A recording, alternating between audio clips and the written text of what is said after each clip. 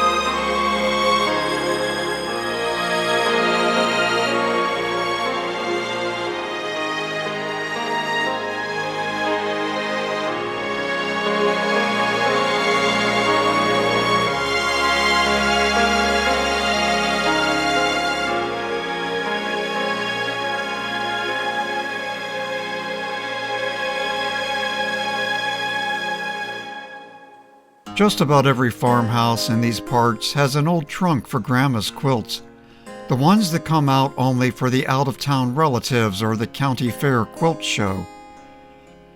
And most every farm has a barn, storage for Grandpa's international harvester, the granddaughter's 4-H project, or a litter of barn cats. Many of the barns in these parts also have a quilt, a barn quilt they call them, an intersection of the land's geometry and stories, traditions and generations. The artists who paint them do so with great respect, for they, like the land, are story quilters, and these are their stories.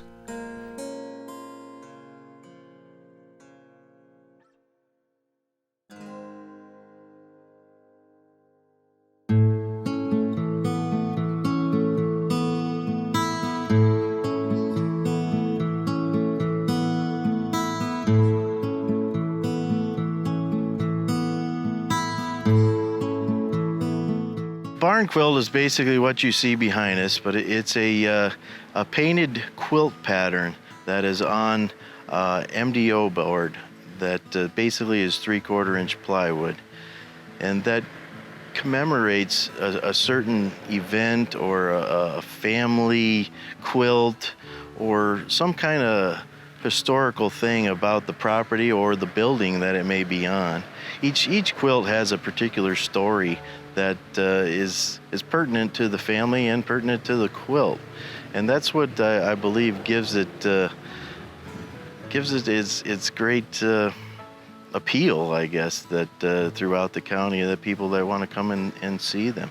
We started our trail in the fall, thinking about it in 2013, when Susie Perrin contacted me as the contact person for the Ashtabula Friendly Quilters Guild to come and do a program. So we promoted that, and we got quite a crowd that came in from the community. And once we knew that we had their support and they were interested in this project, Chris Angerman and I decided to try to bring a quilt trail to the county. People ask why a barn quilt trail and what my interest is in it, and I look at it as an extension of my quilting life. I have quite a passion for quilting, and I enjoy bringing the colors and the patterns to the countryside.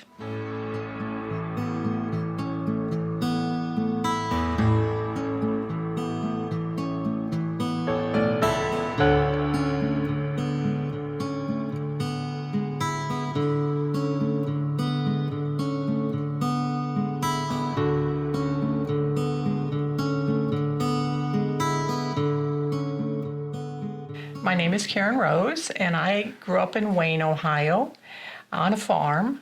And so quilting, we always had quilts on our farm. That's what we grew up with. My mother was a quilter.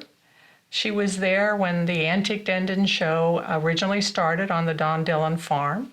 She supported that her entire life. She was a crafter and did have a booth at the Antique Engine show every year. For the barn quilt that we did for the Antique Engine show, I selected Grandmother's Flower Garden because that was my mother's favorite pattern. She made one of those for each of her children, and for several of the grandchildren received that particular quilt.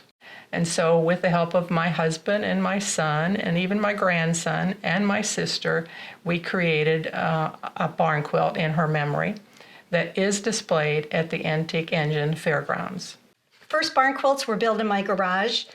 Put together, several friends came by and we painted them so that we would be able to get some out for public view, and we sold them so that we would have some startup money. It was getting to a point where they weren't able to keep up with the amount of barn quilts that were needing to be created. And I was approached by the Barn Quilt Committee. I was always in the construction aspect of it.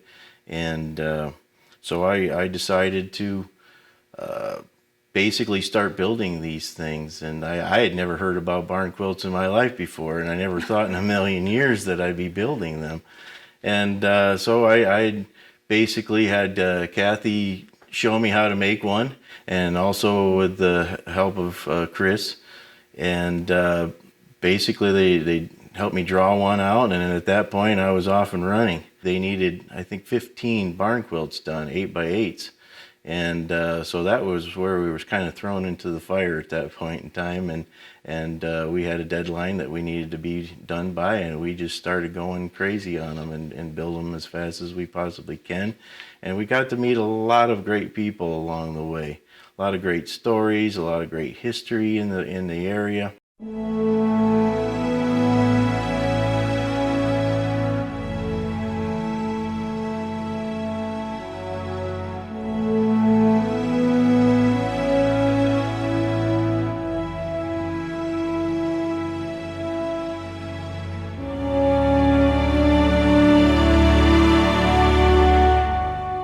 My father-in-law is George Ewing.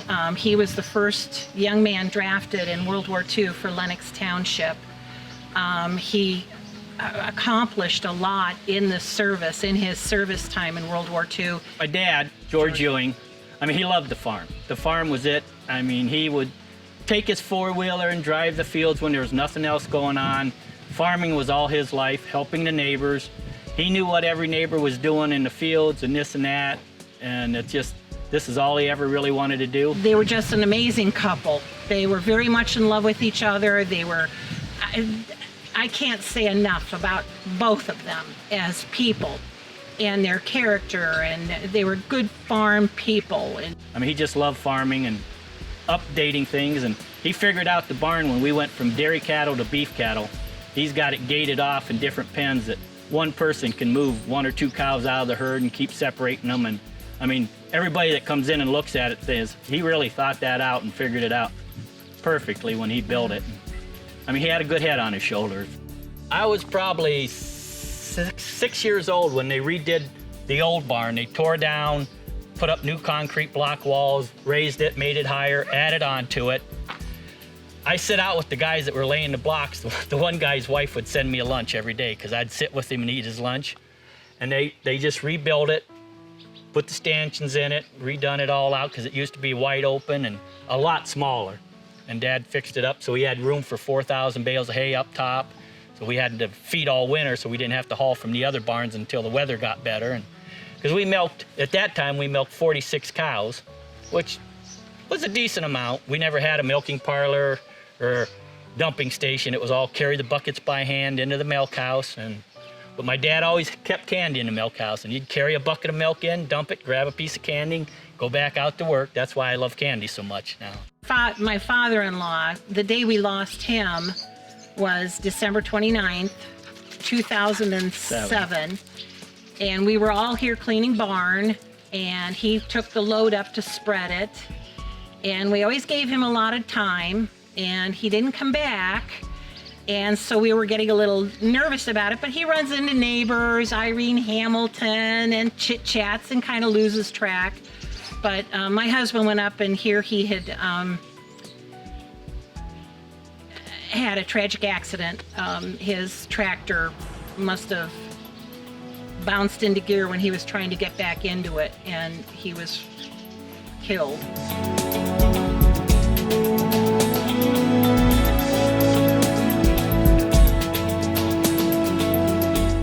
I had looked at several patterns after talking to Jeff and Kathy, and I love the stars the most. I wanted an Ohio star, but there's a huge number of them out there already. And then I found the Bold Star, and the name Bold Star just made me feel like it was so appropriate for George and Josephine. They did so much in their lifetime and took so many risks, and they always came out. They always did it right. They always made the correct decisions, and so I felt it was appropriate to go to them. And I talked to Jeff about doing it in red, white, and blue because we're proud farmers, proud Americans. George was very proud of his service to his country, and he loves America and the farming community, and he did a lot for it. So I just thought it was kind of appropriate.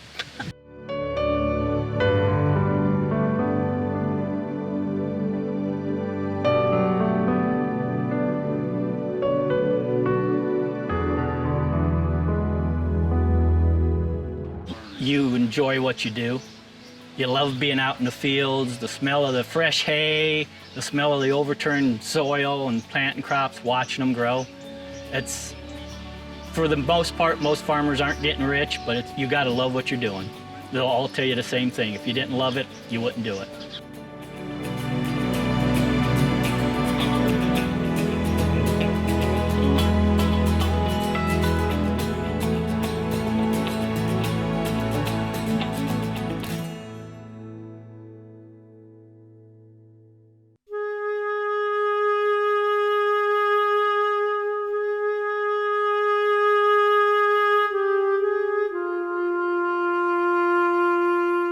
We moved here March 1st, 1962.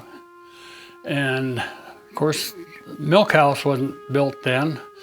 And the barn was just about to fall down. And in the process of getting the cows moved in and everything, and day by day we'd put a wall under the barn and got it presentable, and was able to ship milk out of here for almost 40 years. Always liked it. It was always a challenge. And there was always too much month at the end of our pay, but we kept thinking it was going to get better. It was either get bigger or sell out. And I didn't want to get bigger. I was getting to the age where it was time to slow down. You keep telling yourself, is this the right thing to do? Is this the right time to do it? But after I made the decision, it was pretty easy then to go through with it.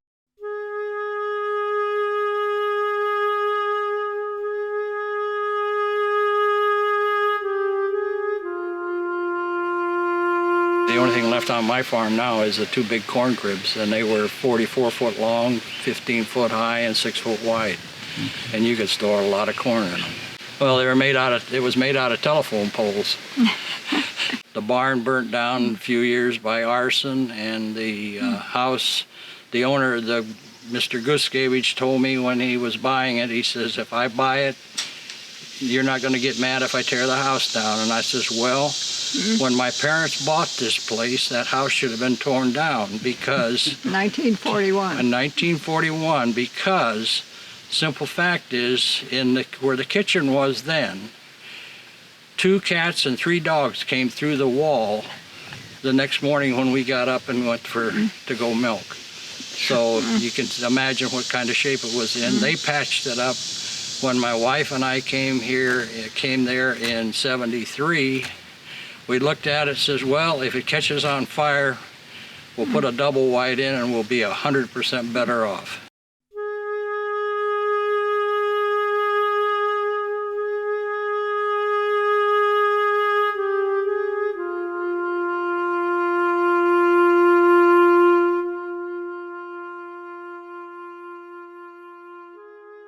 Especially an interest in saving these old barns. I mean, it's a shame what our modern society and the way things are going.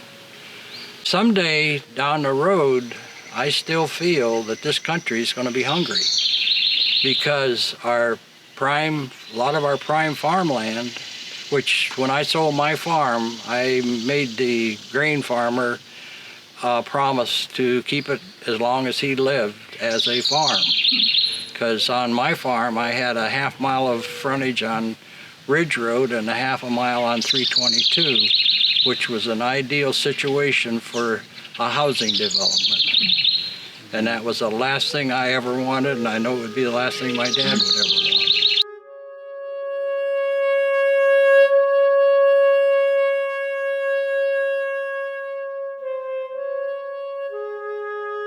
There are a lot of old barns that have a lot of great history to this particular area, and a lot of them are actually starting to fade away or fall down. And I believe that the Barn Quilts and also the Barn Quilt Committee is helping to restore a lot of these barns and bring attention to them with the CDC grant, and just also with tourism and people coming into the particular area wanting to see not only covered bridges and wineries and different things in the lake that we do have, that we bring another perspective to the beauty of Ashtabula County. And I really love the structure. I'm a woodworker, and I love the carpentry and also of the beautiful woodmanship that's out there in these beautiful barns. And as we are putting these barn quilts on, as far as the committee is concerned, we like to be able to put it on a decent structure. And the enthusiasm of putting these barn quilts on has inspired these people to start fixing up their barns, and also repainting them and making them look beautiful.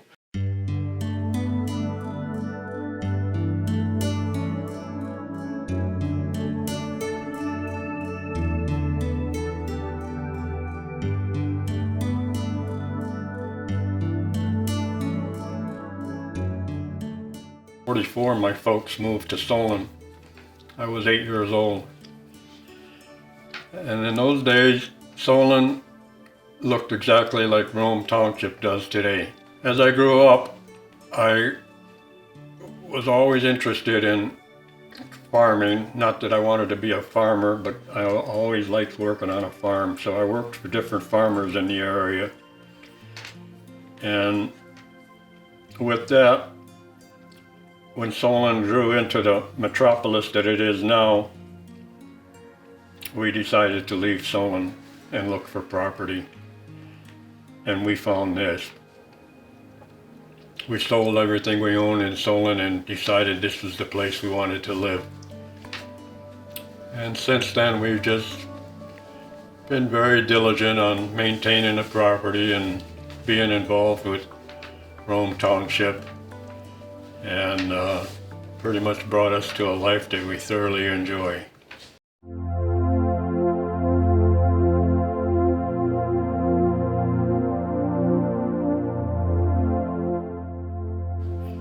In 1999, I decided to build the cupola because Alice Manpaw had showed me pictures of the farm with a cupola on it with her grandfather's name.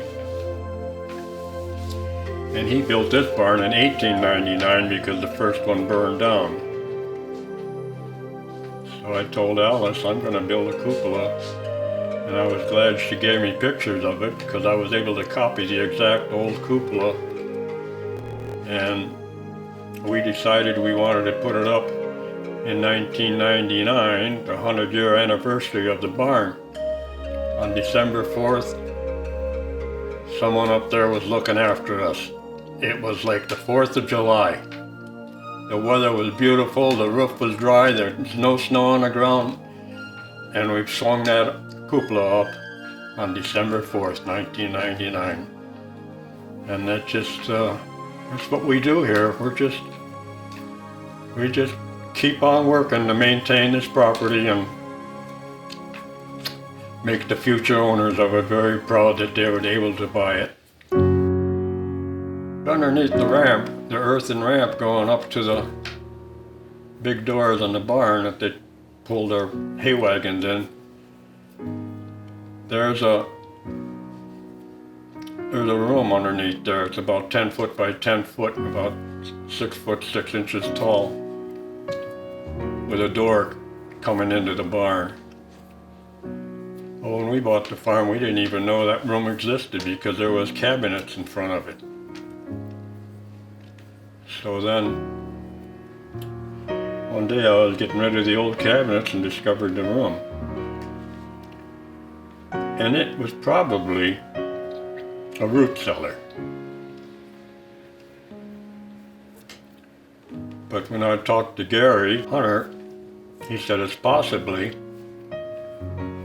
the sleeves coming up the old trail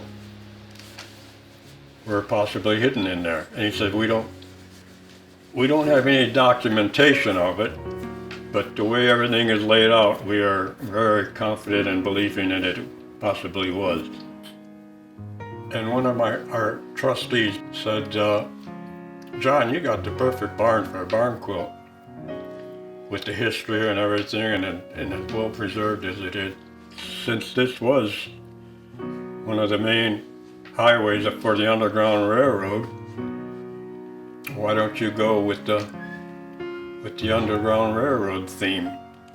Maybe you should come up with a theme that directed the slaves how to get to Lake Erie. And I said, well, what would that be? And he said they were told to follow the drinking gourd. And that's when the light went off in my head.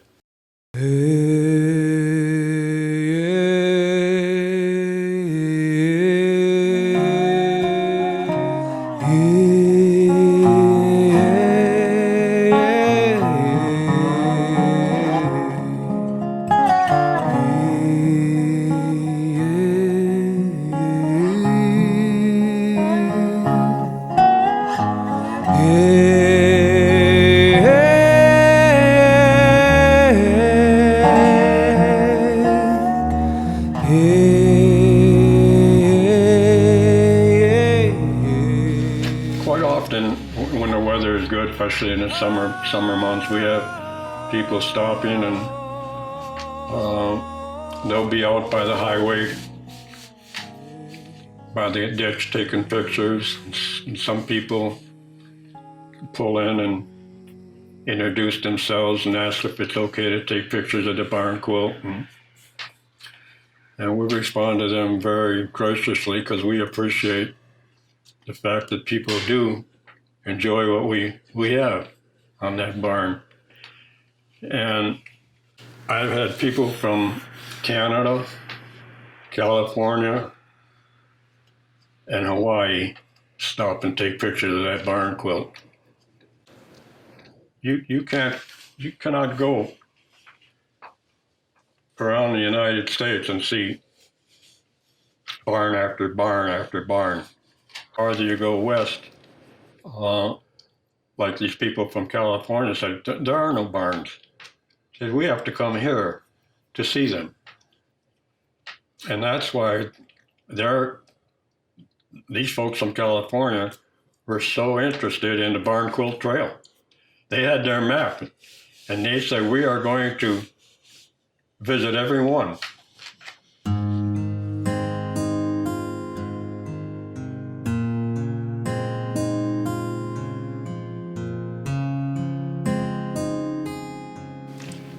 And when I go in these old barns and look up there and realize these people put these all up by hand, it's mind-boggling to figure out how they did it.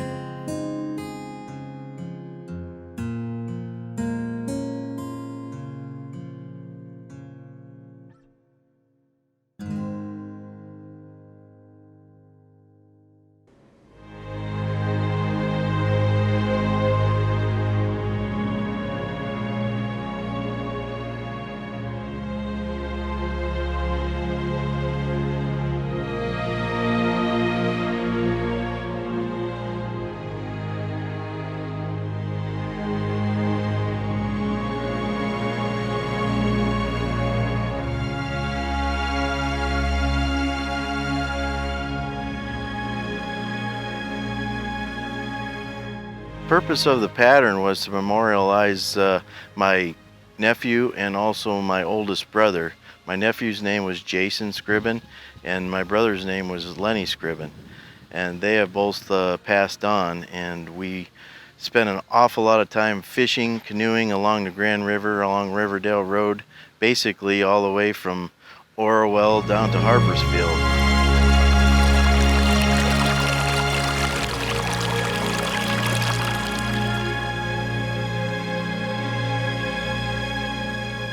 The covered bridges are like barns over rivers. The Benson Road covered bridge was probably our first big one, 8x8, and it is in Susie Perrin's book. She honored that, and we also honored the family there. They have maintained that covered bridge, moved it when it was going to be destroyed, and so we're particularly proud of that covered bridge, that it's still part of our heritage in the county.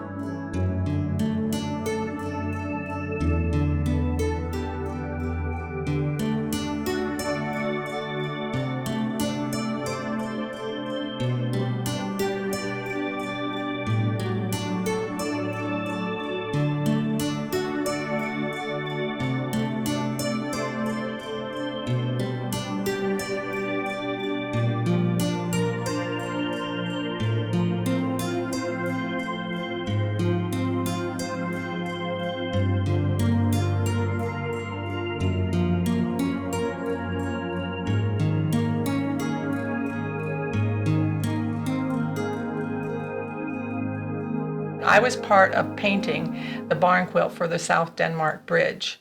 I think the heritage, again, of the covered bridges in the county is so important that it's another way for us to emphasize those beautiful structures as well, to show off our quilting heritage in the county.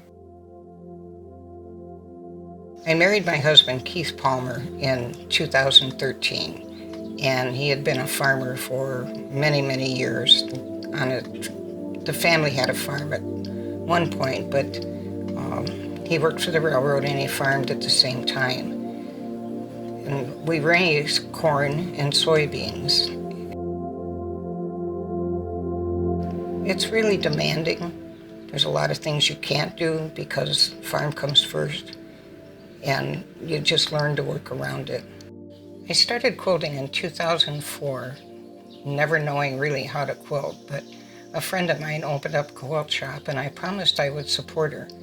So I walked in the shop and there were so many beautiful fabrics, it was hard not to say, oh, I like that, I like this. Next thing you know, I was quilting. And I took several classes, and Holly Dillaway was teaching a class on the Little House on the Prairie, which was kind of a unique quilt. And I decided to take it. So through the whole process, I loved every block I made, but there was one that stood out for me, and that was the corn and beans block. I never thought it would come into my life, but I ended up marrying a farmer, and he grew corns and beans.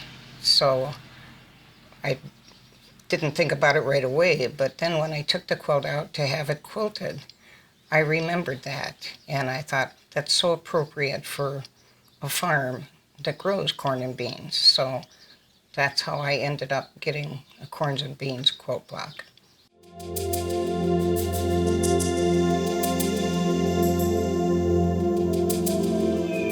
I can see the quilt every time I come home. It's there. When I leave, it's there. And I can look out my kitchen window and see it. And I'm proud of it. I'm just so tickled that I did that. And I hope other people appreciate it too.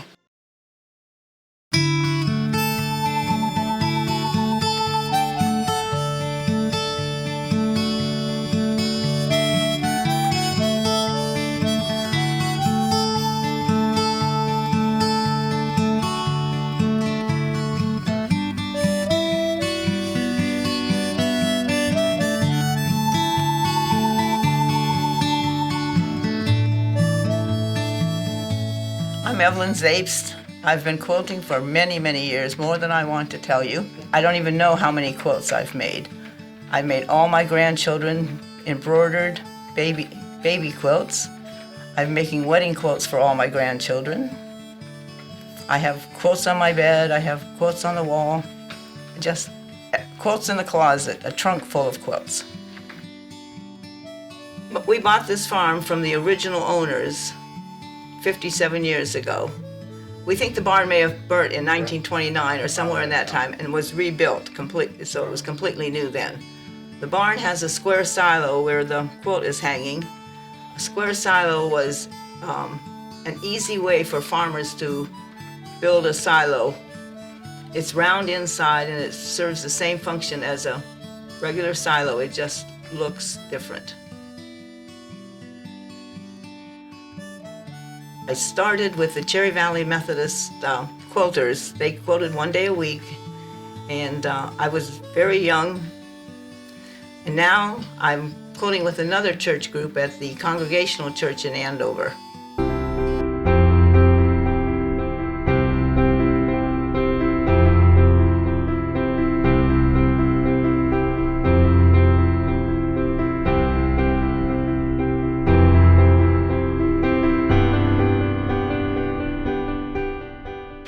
We are the Steeple Stitchers, and we meet every Tuesday at the First Congregational UCC Church in Andover. One time for a program at church, we each had to take a block and embroider or fill it in with what the church meant to us. So we all did our blocks, and they just sat there, and Hillary Godfrey, who never quilted with us, finally got us started. She got the material, and we pieced those blocks over for that quilt. And we had such a good time doing that that we just kept right on quilting after that.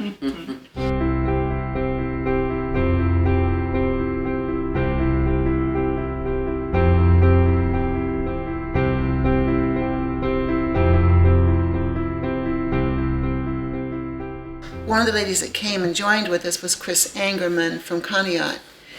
And I think she liked the sisterhood that we all had here, the camaraderie.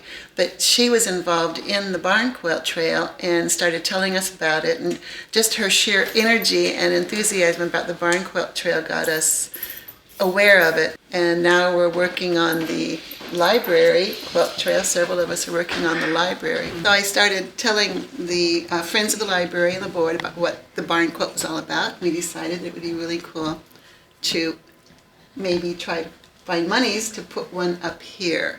That's right. And the Friends of the Library came donated forward a certain with money. amount, and then we That's had some right. private donations that came forward. That's right. To put some down. And Chris Angerman kept saying, well, if you're going to do it, let's have a class. So she put together a class, and some of us took a class with her. All of us here took the yeah. class. I didn't. You didn't? I Well, thought you Barb did. and you did. I did. I took a second-hand class from the people who were there.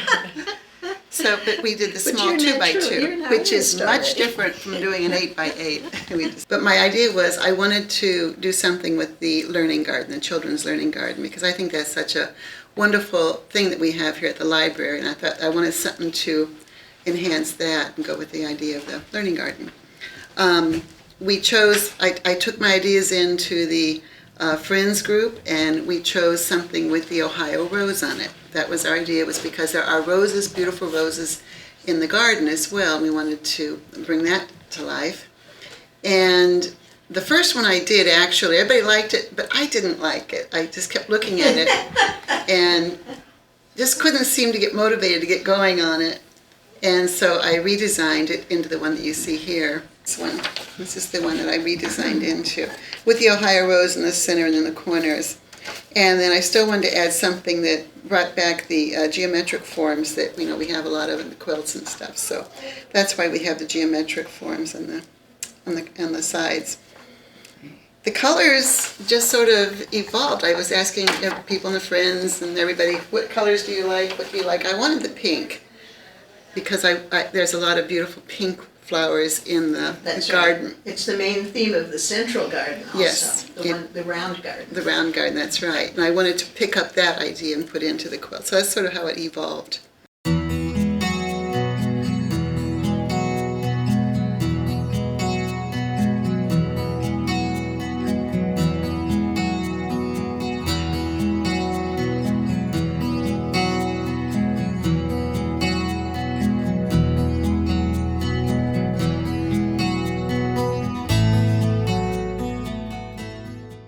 putting several thin layers of paint down so we get really good coverage. We want to make sure that there's no light dark areas. That's what Jennifer's going over right now. The purples we were able to do with 3 thin coats of paint. The purple really turned out beautifully. It did. For some reason, this pink seems to need 4 coats. We're still getting, after 3 coats, we're still getting some light dark effects. And we paint them at different angles each time, too. We really tried to, the best we could, to figure out ways to get good coverage. But this was the first set we did, then we did these, and then those. So we've done them at different times, and we're slowly getting some coverage now. I am one of the Friends of the Library, so I heard about it when it was proposed to them. I was busy during the one class, but Barbara, who's here painting, went, and she would come home and tell me everything she learned. And she was just so excited about everything that it's hard not to get involved. And I was also painting sets at the high school with Vinny, and she said, "So, I think that we're going to start painting the barn quilt soon." So I'm painting. I said, I think this is probably the only way I could ever quilt.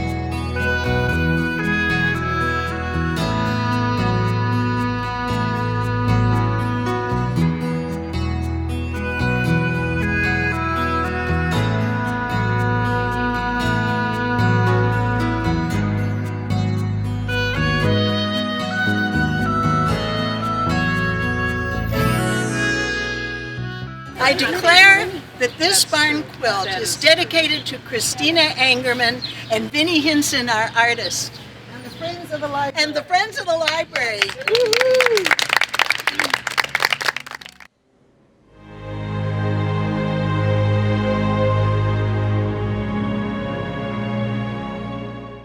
The lake is a story quilter. Its waters cover what were once crossroads and hamlets, swamp and misery.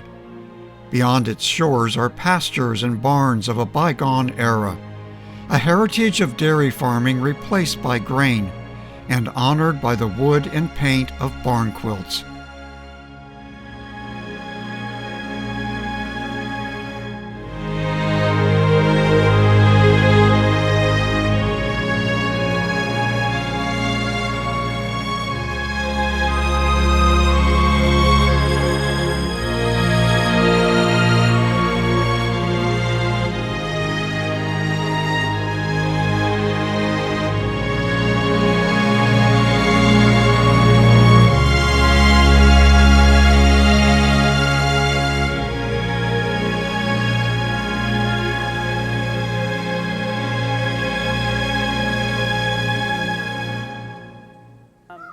I've been making art since I was younger than Juniper. I mean, I just remember always creating things that was in my blood, and I have taken I took art lessons when I was young, and I went to college for art education, and I also have a painting major. And then I went to Europe and studied painting for a year after I graduated college. My grandmother quilted, and my mother does, as well as your daughter? And my daughter is learning how to quilt. I belong to a couple quilt clubs in the area, and I was in sewing 4-H as a young child, so I was always making clothes for myself or for my dolls.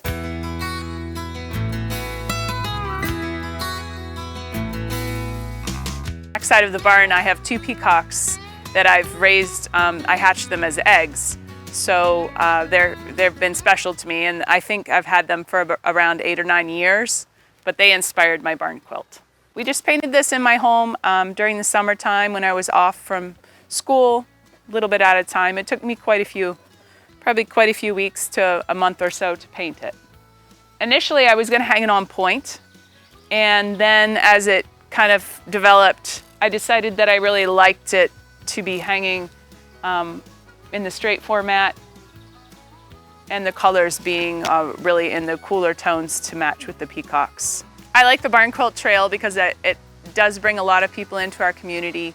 I like that it's bringing some culture and art into our area, which I think is lacking a lot. And I just really enjoy quilts and the whole history of the quilting.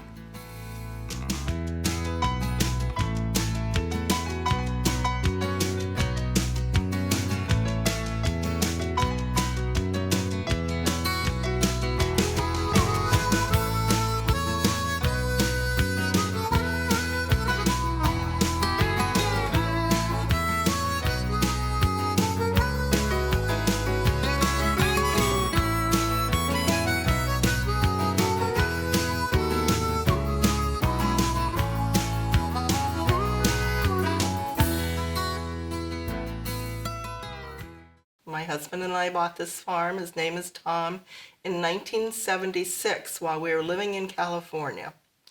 We had come to look at places, and this just happened to be a hog farm at the time, and we decided we wanted some property. We lived right in town in California in a big city, and we decided to go all natural. So we bought the farm in 1976 and we moved here in 1979. And we've lived here ever since and raised horses, and we did dairy for a little while, and then we are now raising grass-fed beef. When we moved here, the barn was pretty ramshackled. It was just a single barn with a corn shed, and we completely redid the outside of it, put a new roof on it, and whitewashed it in here. That was many years ago. And we built 2 barns since then.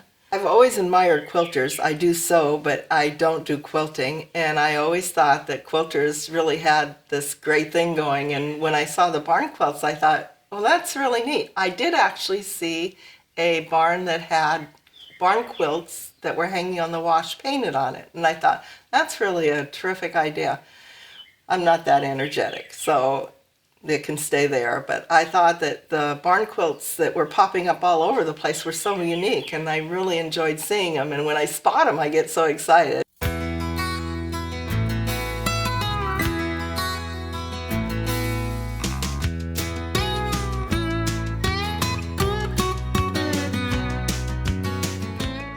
Kathy had advertised with Carl a barn quilt introduction on how to make them, and I decided to go to it. And I really wanted a barn quilt for our farm. I went through dozens of designs. It was very, very hard because there were so many, and I just decided on this, I believe it's called a pinwheel star. First, there's another one in Kansas, and that's how I decided to go ahead and go with that. And I had another piece of MDO board left over, and because we had dogs and people would drive in the driveway to look at this one, and the dogs would go nuts, I decided to put another one on our cow barn so people could see it as well. A lot of people actually come in, and the dogs let me know when they're here, and I go out and they ask if they can take pictures, and they're certainly welcome, and they ask the history of it and how hard it was to do it. And they tell me that they travel all over looking at them, so it's a pretty popular thing now.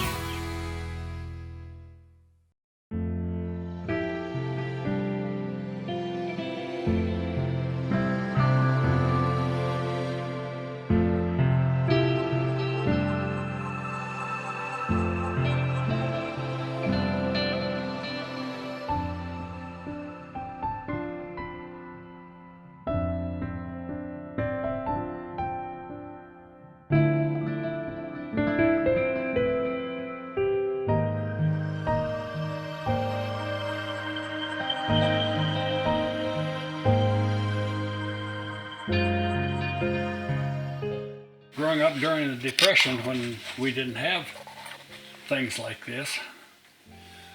And you get started at it, it's kind of hard to stop. I evidently got it for Christmas or something, and like I said before, must be I didn't like it or it wouldn't have survived.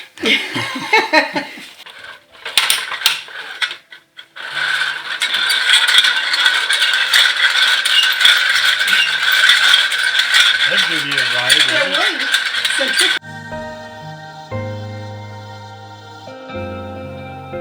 I guess when I saw the Ashtabula County Barn Quilt Trail, and I just wanted to get on it.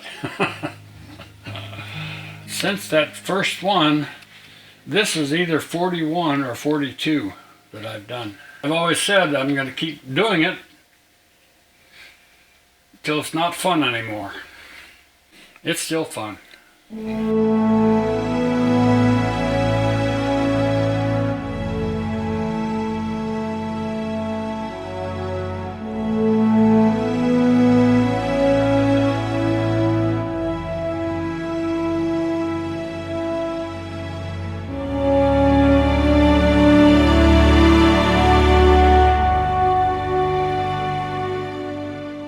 The people we purchased it off of, Mr. and Mrs. Rutledge. Mr. Rutledge had passed away, and Mrs. Rutledge was, I think she was, they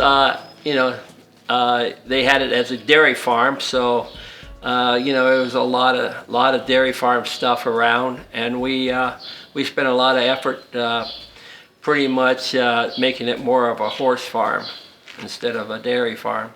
We were looking for a place that was quiet and outside the city, and Dale likes to make hay, so he wanted a lot of land so he could make hay. And what we did when we were farm hunting, we would pull up in front of the farm and turn the engine of the car off, roll the windows down, and see if we heard any traffic or any noise, because sometimes you get a farm and you don't realize there's a highway right behind it or something. So it worked out real well. This place was very quiet.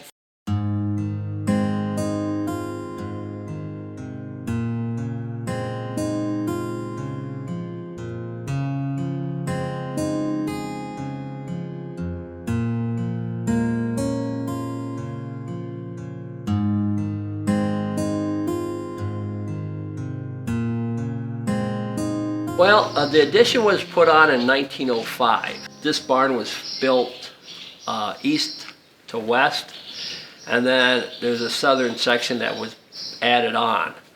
And that was actually, I think, a bank barn at one time. They had it banked up so they could bring their equipment in. That was 1905. I'm thinking it was probably right around that 1900 range. The wood came all off the farm. All the trees were cut here on the farm. Al Rutledge, one of the Rutledge sons, said that this is a German-built structure, and that he says that it's one of the largest, if not the largest, German-built structure like this in Ashtabula County. And it is pretty big.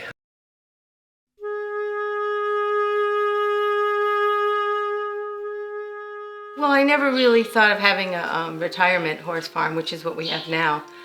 I guess I thought more of a boarding farm, or with more people, but it works out well. The retirement's nice. We just take a few in, and it's not overwhelming with a lot of people, a lot of traffic, because when I go to work, you want to come home and feel the peacefulness of the farm. And it's nice to see the horses. Some of the horses we have here have worked their whole lives for people, 20 years being show horses, race horses, dressage horses, and they work very hard for people. And it's really nice that they get to come here and be free, and their whole job is just to hang out and eat. It takes them about a year to settle down into this routine. They're sort of like, what am I supposed to do? And then for them to just relax and find out that they don't have to do anything. Well, Windhorse is a Tibetan word meaning well-being and good fortune. And I think the symbol is more intricate than the one we have. It's a horse with wings, and it's very different. The horse we have for our sign was done by a girl locally, a local artist in Kinsman. And she made the sign for us with the horse, and then we called it Windhorse Farm because everybody needs a little Windhorse in their life.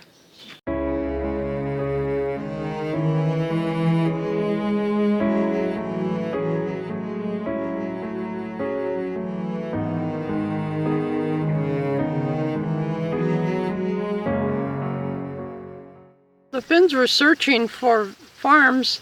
They were told, and I'm not sure if it was from Jefferson or where, but that they had cheap rundown farms that they could farm. Farmland was good around here in Williams, so it's small hilly hills, and it's just a pretty countryside and everything.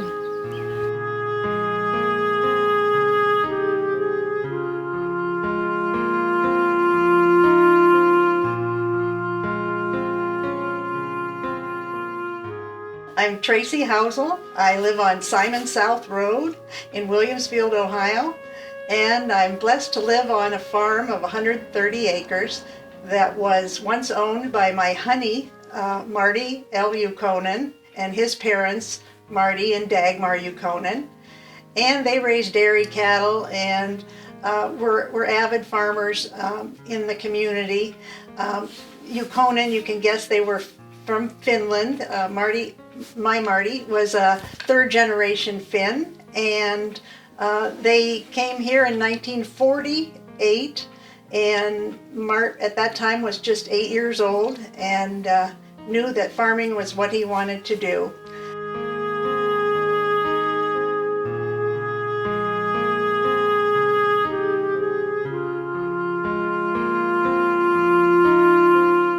Mart and I met at the county fair in 1976, and I remember we met, and I remember telling him early on, well, you know, would love to go out with you, but I will never marry a farmer. I know exactly how hard farming life is. And 40 years later, we were together, but I was not married and very happy. He passed in 2016 in March, and the farm came to me, and I'm very proud to carry on the heritage here of a strong Finn family. I had seen barn quilts in the county before, but I have to say I didn't pay a lot of attention to them. It would catch the corner of my eye and I'd go, that's nice. But members from the Barn Quilt Trail came down and asked Mart about a barn quilt before he passed, and he said, we don't need a barn quilt. But when I found out about the meaning behind the quilts and the personal stories they tell, that inspired me greatly. I wanted to honor him and the heritage of the farm. So I decided it was time for a barn quilt to be erected here on the Ukonen farm. And I spent a lot of time thinking about the design. And so it ended up being 4 squares in an 8 by 8 foot quilt. One is the flag of Finland to represent their strong heritage, and another square has a Holstein cow in a green field to represent the dairy herd that sustained them on the farm for many years. Marty Sr. always said, if you take care of your cows, they will take care of you. And they certainly did. They were excellent farmers, and they flourished at a time when others were not so lucky. My third square was the John Deere logo. They were strong supporters of John Deere equipment. About 92% of the equipment is John Deere, so I have a John Deere logo in a quilt design. And the final square represented Mart and me and our 40-year love story, and its 2 intertwined hearts. So I love the story behind my quilt. I love the beauty of it. It is now positioned on one of the few wood silos, square wood silos in the county. And every time I see it, I'm reminded of my honey, his family, and the love they took in agriculture and the land.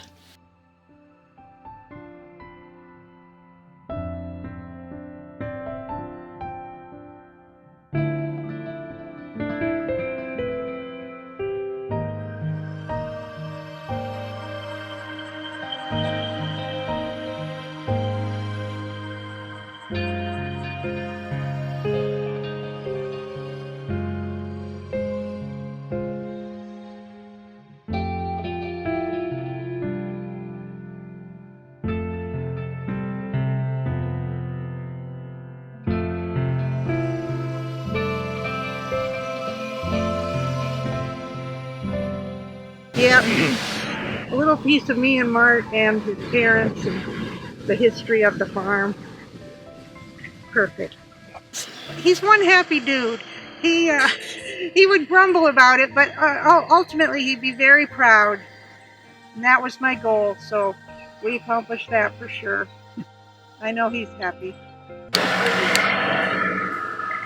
Thanks, Gary. I just love it so much. Thank you. It was a joint project and it took a while, but God bless us, we did it right. It's perfect.